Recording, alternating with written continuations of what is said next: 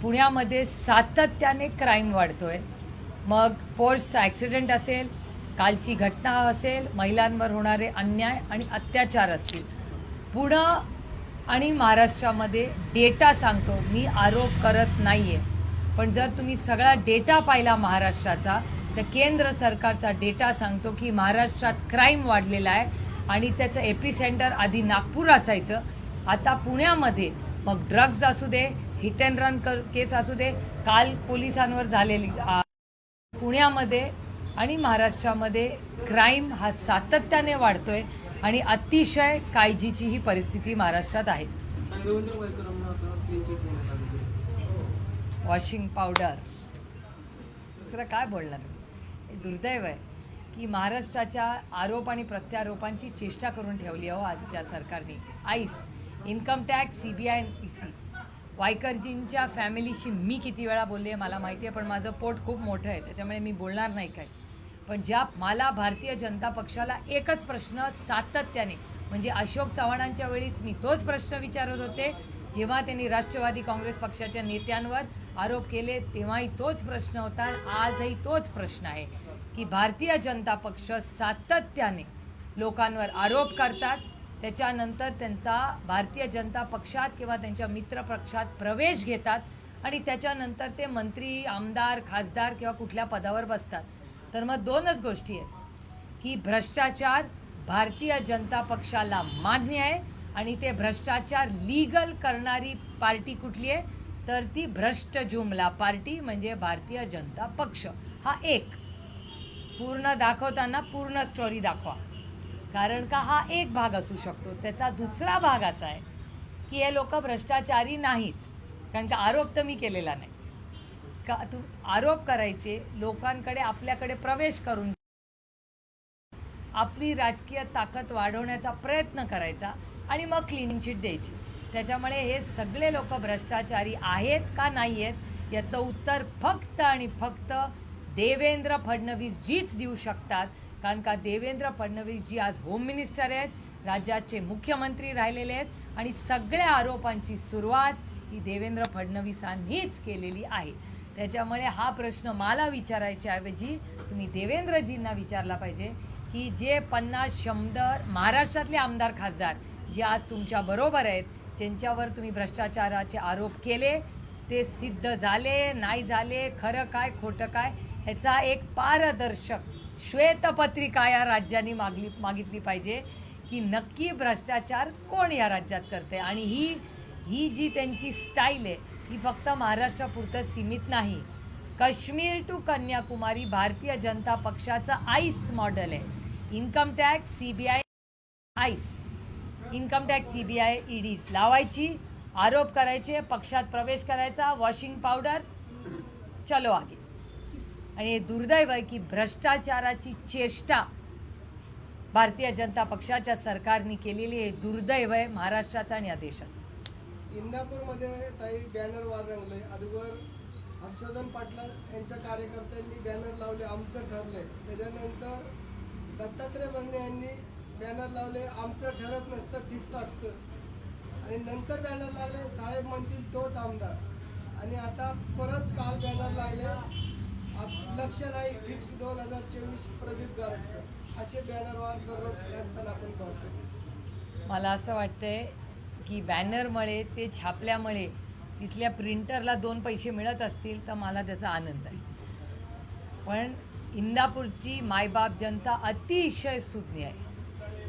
ती जो निर्णय घेईल तो योग्यच असेल. जी व्यक्ती इंदापूरकरांच्या सुखदुःखात असेल, दुष्काळामध्ये त्यांना साथ दिली असेल, अशाच व्यक्तीला, आणि हे फक्त इंदापूरपुरतं सीमित नाही, महाराष्ट्राची आणि या देशाचीच जनता फार हुशार आहे. ते बरोबर त्यांना माहिती असतं कुणाला कधी कुठे मतदान करायचं.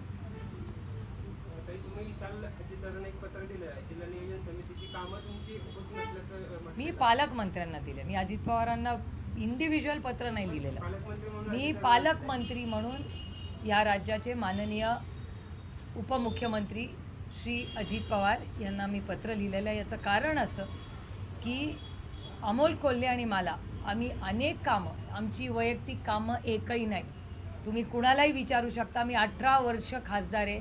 मी कुठलंही माझं वैयक्तिक कामासाठी ना कुठल्या नेत्याकडे गेले किंवा काय.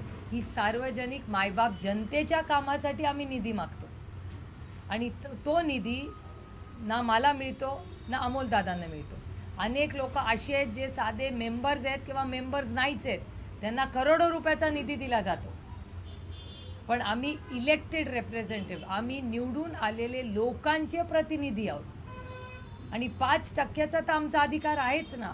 आणि आम्ही काय आमच्या ना अमोलदादा त्यांच्या घरचा रस्ता मागताय ना मी मागते. आम्ही फक्त मायबाप जनतेची सेवा करण्यासाठी अमोलदादा आणि मी इलेक्शन लढतोय. मायबाप जनतेने पुन्हा एकदा आम्हाला दोघांना संधी दिली, याबद्दल आम्ही दोघंही नतमस्तक आहोत या सगळ्या लोकांच्या समोर आणि त्यांच्यासाठीच तर आम्ही एक विकास कामासाठी तर लढतोय. आणि जर आम्हाला निधी तो आम्हाला वैयक्तिक नको आहे, सरकारने ती डायरेक्टली कामं करावी, आमचं काही म्हणणं नाही. त्यांना क्रेडिट हवं आहे जरूर घ्यावं, आम्हाला क्रेडिट नको आहे, आम्हाला काहीच नको आहे. आम्हाला फक्त आमच्या लोकांचा विकास व्हावा एवढीच प्रांजळ आमची भूमिका आहे.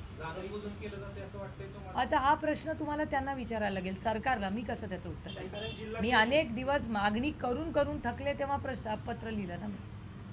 अधिवेशनात हाच आरोप जो आहे तो पांडुरंग कचरेने देखील केलेला होता. त्या बैठकीला तुम्ही आणि पवार साहेब देखील उपस्थित होते.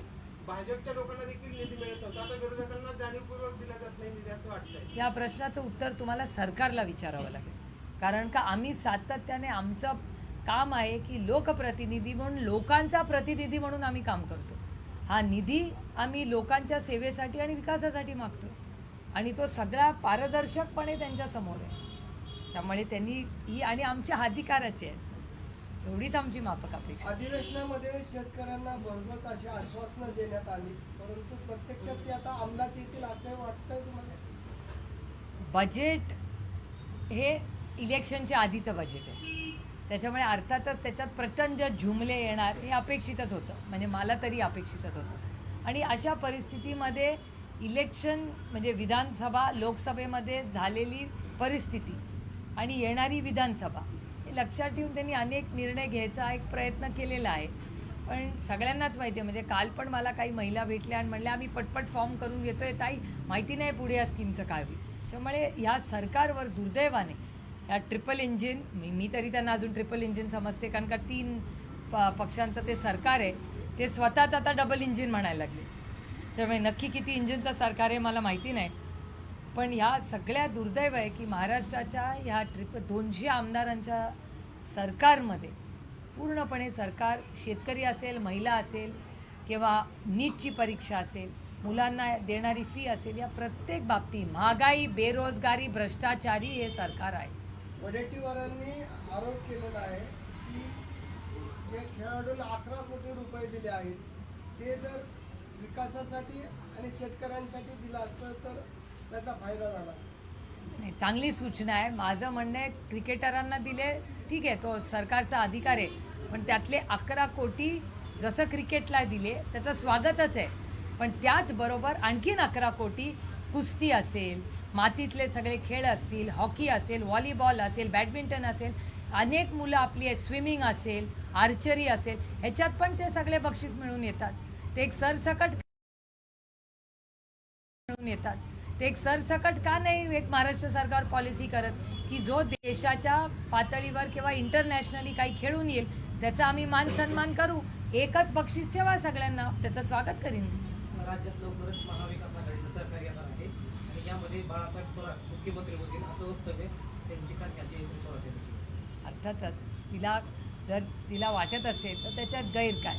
पण महाविकास आघाडी सरकार बदलणार आहे का महाराष्ट्रातलं? तर हो, महाराष्ट्रातलं सरकार बदलणार आहे ऑक्टोबरमध्ये. कुठल्या कारणामुळे बदलेल असं तुम्हाला वाटतं? नाही, अर्थातच महागाई, बेरोजगारी, भ्रष्टाचार, शेतीचं तुम्ही बघताय काय परिस्थिती आहे, दुधाला भाव आहे का, साखरेची परिस्थिती, सातत्याने बदलणारी त्यांची पॉलिसीज, कांद्याचं सगळंच तुम्ही पाहिलेलं काय झालेलं आहे. त्याच्यामुळे बेरोजगारी, महागाई, भ्रष्टाचारी हे सरकार आहे. कालच मला कोणीतरी सांगितलं हे सरकार MBBS आहे, महागाई, बेरोजगारी, भ्रष्टाचारी सरकार. पण मला डॉक्टरांना दुखवायचं नाही आहे, कारण का त्या व्यक्तीने मला सांगितलं MBBS सरकार झाले. म्हटलं बिचारा ते MBBS लोकांची का तुम्ही बदनामी करताय, दुसरं काहीतरी शोधा नाव.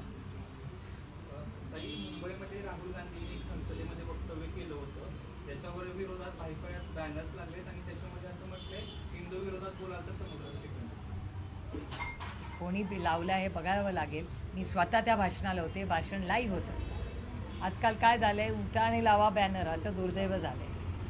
मनोज जरांगे पाटलांना 13 तारखेपर्यंत सरकारने अल्टिमेटम दिला होता. जवळ 13 तारीख आली आहे. कशी परिस्थिती पुढची बघता असं तुम्हाला वाटतं? मला वाटतं 13 तारखेपर्यंत बघूया. सरकारने जर त्यांना शब्द दिला असेल, आज 6 तारीख आहे ना, 13 तारखेला बघूया काय होतं. ट्विट केलंय आणि राज्यामध्ये कायदा सुव्यवस्थेचा बोलबाला उडवला असे ट्विट करून हो खरंच आहे ना, पण डेटा स्पीक्स फॉर इटसेल्फ. मी काय ही माझी काल्पनिक कथा नाही आहे. महाराष्ट्र सरकारचा डेटा सांगतो की यार, आणि तो डेटा माझा फक्त नाही, हा केंद्र सरकारचा डेटा आहे. केंद्रात त्यांचंच सरकार आहे ना, त्यांच्याच विचाराचं सरकार आहे. तर त्यांनीच डेटा दिला आहे, तोच मी शेअर केला आहे. पुण्यातील महिला वाहतूक पोलीस अधिकाऱ्याला मारून टाकण्याचा प्रयत्न करण्यात. होय, दुर्दैव आहे. काय करतंय सरकार? महाराष्ट्राचं गृह मंत्रालय काय करतंय, गृहमंत्री काय करताय? आणि सातत्याने मग नीटच्या परीक्षेचा भ्रष्टाचार असेल, आज ती लाडकी बहीणची जी स्कीम चालली आहे त्याच्यात होणारे घोळ असतील, त्याच्यानंतर आज ज्या पोर्सची जी केस झाली त्याच्यात रक्ताचा बदली, म्हणजे प्रशासन होतंय का नाही या राज्यामध्ये?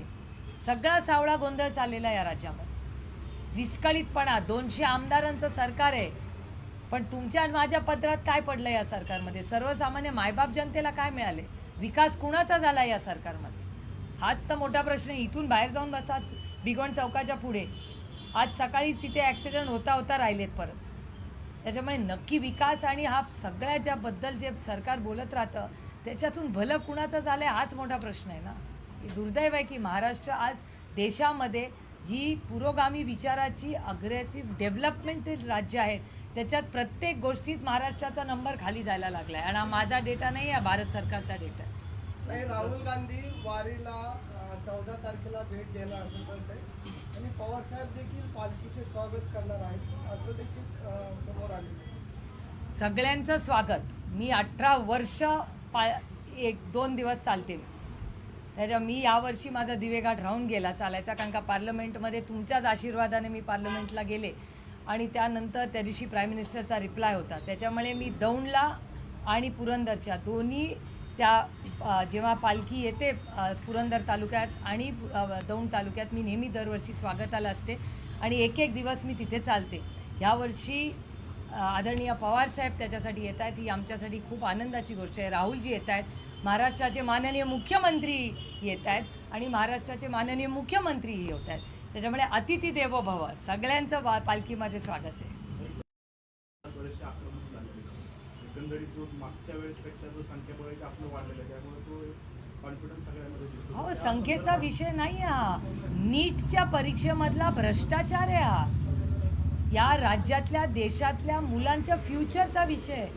किती करप्शन होत आहे, भ्रष्टाचार आहे तो नीट परीक्षा म्हणजे. तर 200 नाही, आम्ही किती असतो तरी आम्ही ताकदीने लढलो असतो. मणिपूरचा विषय, महागाई, बेरोजगारी, भ्रष्टाचार, नीट. आणि आम्ही काय मागत होतो की नीट आणि मणिपूरवर चर्चा मागत होतो. या देशातल्या पालकांना आणि मुलांना त्याचं उत्तर नको आहे. किती अस्वस्थ आहेत पालक विचारा. करोडो मुलांच्या आयुष्याचा प्रश्न आहे हा, करिअरचा प्रश्न आहे. त्याच्यामुळे आम्ही मागण्या करत होतो. पण अतिशय असंवेदनशील सरकार आहे, त्यांना उत्तर द्यायला आवडत नाही आणि चूक तर मान्य करणं तर अशक्यच आहे. यांच्याकडून अपेक्षा करणं पण चुकीचं. केंद्रामध्ये पुन्हा मोदी सरकार आलेलं आहे आणि आपण बघतोय की राज्यामध्ये ओबीसी आरक्षण असेल, धनगर आरक्षण असेल, मराठा आरक्षण असेल किंवा मुस्लिम आरक्षण असेल, लिंगायत आरक्षण असेल, याचा प्रश्न येणाऱ्या विधानसभेच्या निवडणुकीआधी केंद्र सरकार मार्गी लावल असं वाटतं. एक तर आजकाल ते मोदी सरकार म्हणत नाही, ते NDA सरकार म्हणतात. म्हणजे हा एक बदल झालेला आहे की स्वतःला ते मोदी सरकार म्हणत नाही आणि मी म्हणत नाही. मी जे माझ्या कानावर पडलं, तुम्ही रेकॉर्डवर पाहिलं असेल, ते NDA सरकार म्हणतात आता. आणि NDA सरकारकडे मी अनेक वेळा हे तुमच्याही सगळ्या चॅनल्सवर म्हणले, मराठा, धनगर, लिंगायत, मुस्लिम, भटक्या विमुक्त समाजाचे सगळ्यांचे जे काही आरक्षणाचे प्रश्न आहेत त्याचे कॉम्प्रिहेन्सिव्ह बिल करा. ती इथून महाराष्ट्रातून ते कॉन्स्टिट्युशनल अमेंडमेंट त्याला लागणार. तर इथून सगळ्यांनी महाराष्ट्र सरकारनी ते पूर्ण बिल करून पाठवावं दिल्लीला. राष्ट्रवादी काँग्रेस पक्ष आम्ही पूर्ण ताकदीने महाविकास आघाडीच्या वतीनेही मी सांगते की की आम्ही ताकदीने त्याच्या सरकारबरोबर आम्ही उभं राहू, पण त्याच्यासाठी एक कॉम्प्रिहेन्सिव्ह बिल महाराष्ट्र सरकारने दिल्लीला पाठवलं पाहिजे. अजूनही वेळ आहे, इथे 200 आहेत आणि तिथे आम्ही त्यांना सपोर्ट करू. त्याच्यामुळे मराठा, धनगर, लिंगायत, मुस्लिम आणि भटक्या विमुक्त समाजाच्या आरक्षणाबद्दल आम्ही चर्चेला, मार्ग काढायला आणि मतदान करायला पूर्ण ताकदीने असेंब्ली आणि पार्लमेंटमध्ये तयार आहोत. महाराष्ट्र सरकारने प्रस्ताव आणावा. काही शिवसेना चिन्ह आणि पक्ष तसंच राष्ट्रवादी पक्ष आणि चिन्ह याच्यावरती सुप्रीम कोर्टामध्ये 15 आणि 16 जुलैला सुनावणी होणार नाही नाही, उद्या सोमवारी पण आहे, मी चालले दिल्लीला. विधानसभेच्या निवडणुकीच्या निकालाआधीही निकालाची शक्यता आहे आणि यामध्ये या अगोदर जे युक्तिवाद झालेत यावरून तुम्हाला काय वाटतं? मला काय वाटतं हा विषय नाही, सत्य काय आहे त्याला महत्त्व आहे. मला काय वाटतं हे कोई मायने नाही रखता. सत्य काय आहे? सत्य की बाळासाहेब ठाकरेंनी, आदरणीय बाळासाहेब ठाकरेंनी पक्ष स्थापन केला.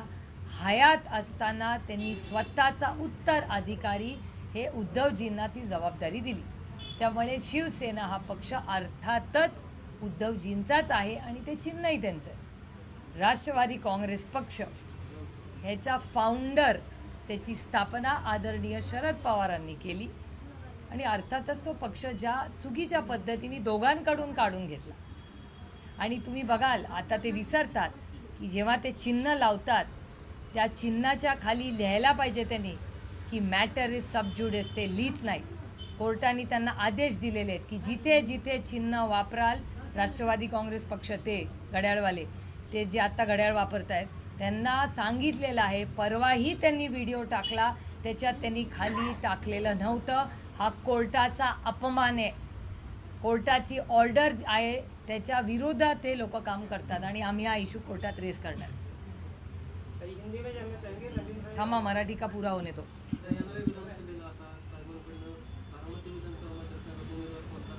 महाविकास आघाडीची चर्चा काल एक मीटिंग झाली. पुढच्या काही आठवड्यामध्ये सीट वाटप होईल. सीट वाटप झाल्यानंतर उमेदवाराची चर्चा होईल. आता कुठली सीट कोणाला सुटणार आहे याची अजून चर्चा नाही झालेली, डिटेल चर्चा नाही झाली. मोठा झाली आहे पण डिटेल चर्चा.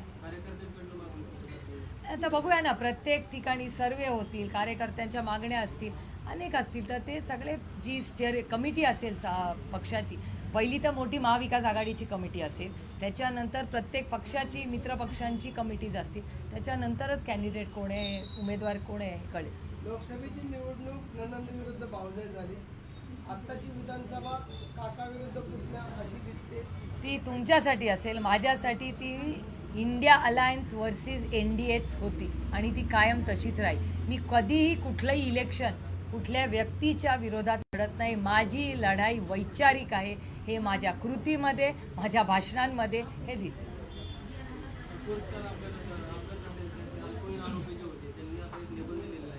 तो आत्ताचा नाही, जुना, त्या दिवशी ज्या दिवशी अटक झाली त्या दिवशीचा आहे निबंध. नाही, तो आलाय बाहेर आता, पण लिहिला आधीच आहे. माझं म्हणणं आहे की आता काय निबंध लिहिला आहे याच्यात मला काही इंटरेस्ट नाही. 2 मुलं जी पुण्यामध्ये येऊन नोकरी करत होती, स्वतःच्या मेरिटवर काम करत होती, त्यांच्या ज्या पद्धतीने क्रूर हत्या त्या 2 मुलांची झालेली आहे, ती कोणीही केलेली असेल आणि काही कारण असू दे, इट इज नॉट व्हॅलिड. अशा ज्या कृती होतात, ज्या चुकीच्या असतात, त्याला शिक्षा ही झालीच पाहिजे. हा देश नियम कायद्याने चालतो. कुणाच्या वडिलांकडे जास्ती पैसे आहेत किंवा सत्ता आहे त्याच्यावर हा देश चालत नाही. हा देश संविधानानेच चालतो आणि नियम कायद्यानेच चालला पाहिजे. ओके. हिंदी में जानना चाहेंगे कि रविंद्र भाईकर वॉशिंग मशीन, आप ही बताइए मुझे कि आरोप प्रत्यारोप कौन करता रहता है? भारतीय जनता पार्टी इसका जवाब दे, मैं कैसे दे सकती हूँ? आप भारतीय जनता पार्टी को आपने पूछना चाहिए, क्योंकि 2 इसमें आप सोचने वाली बात है. उसमें 2 सिचुएशंस हो सकती है. एक कि अगर जब ये भ्रष्टाचार के आरोप करते हैं तो भ्रष्टाचारी हो तो न खाऊंगा न खाने दूंगा, उनको पता है क्या चलना है. लेकिन अगर भ्रष्टाचारी नहीं हो तो जिन पे आज तक भारतीय जनता पार्टी ने आरोप किए हैं, उसके बाद उनके साथ अलायंस किया है, उनसे माफ़ी मांगनी चाहिए, उनके फैमिली से माफ़ी मांगनी चाहिए कि हमारे आरोप गलत थे. तो इधर भारतीय जनता पार्टी का ये बहुत बड़ा षड्यंत्र है जहां वो विरोधकों को ice, income tax, CBI, ED में अटकाते हैं, उसके बाद उनको अपनी पार्टी में लेते और अपनी ताकत बढ़ा के उसके बाद क्लीन चिट दे सकते, ये बात है। और अगर भ्रष्टाचारी हो तो बीजेपी एक ऐसी पार्टी है जो अगर आप कुछ भी करो, आपका कितना भी काला पैसा हो, धन हो, कुछ भी हो, उसको वाइट करने की बहुत बड़ी एजेंसी है। दूसरी बात की ये बड़े वाले कहा है कि क्रिकेटर को 11 करोड़ रुपए दिए हैं, पिछले कई महीनों से 1168 किसानों ने आत्महत्या की, उनको पैसा देना चाहिए। बिल्कुल सही है ये बात, हम तो मांग ही करें क्रिकेट कर दो, ये अधिकार सरकार का है, लेकिन क्रिकेट के साथ उन्होंने किसानों को, दूध को भी पैसा दिया होता तो बहुत अच्छी, हम उसका स्वागत करते। और इस देश में, इस राज्य में बहुत सारे ऐसे खिलाड़ी हैं जो इंटरनेशनल खेल खेलते हैं, कभी उनका स्वागत मैंने नहीं देखा, उनको कुछ पैसा इन्होंने दिया है, कभी सुना है? बैडमिंटन हो, कुश्ती हो, बहुत सारे खेल, आर्चरी हो, हमारे बच्चे जाते हैं, परदेश जाते हैं, अच्छे मेडल जीत के आते हैं, कभी उनको कभी बुलाया, उनको कभी ऐसा उनका स्वागत हुआ है? क्रिकेटर को दे, वो उनका अंतर्गत मामला है, लेकिन क्रिकेट का भी आप भला करें, उसके साथ बाकी भी खेलों का करें और किसानों का भी करें, महिलाओं का करें, सबका करें। सत्ता किसके लिए होती है? सेवा करने के लिए। मुख्यमंत्री लाडली बहना योजना जो कैसे देखते हैं आप, महिलाओं को उसका फायदा होगा? एक तो 1,500 रुपया जो दे रहे हैं, इतनी महंगाई इस देश में है, मैंने हिसाब भी किया था कि 1,500 रुपया में क्या क्या आएगा, पूरे महीने का किराना माल भी है वो नहीं आएगा। आप देखिए महंगाई, सब्ज़ी कितनी महंगी हुई है, तेल, आटा, सिलेंडर, क्या सस्ता है, 1,500 रुपये से क्या मिलने वाला है? थोड़ा दिया है, कोई बात नहीं, मैं उसका स्वागत करूँगी, जो अच्छा है उसको अच्छा कहना चाहिए। तो 1,500 रुपया अच्छी बात है, लेकिन 1,500 रुपये में हमारी बहनों अब कुछ भला नहीं इस देश राज्य में होने वाला है, क्योंकि महंगाई बढ़ चुकी है। आप फीस देखिए, दवाई देखिए, अभी तो ये छोड़िए, आपके जो मोबाइल आप यूज़ कर रहे हैं ना, उसका रिचार्ज भी महंगा हो गया है, बिजली भी महंगाई हो गई, तो 1,500 रुपया। और ये जुमला भी देखिए, बराबर इलेक्शन के पहले आ गया। इलेक्शन खत्म होते ही बंद की जाएगी स्कीम? नहीं, हमारी सरकार आएगी, हम इस स्कीम को बंद नहीं करेंगे, इसकी स्कीम को हम और इम्प्रूव करेंगे, और हर महिला जो इस स्कीम में है उसको हाथ को काम देने की भी कोशिश करेंगे।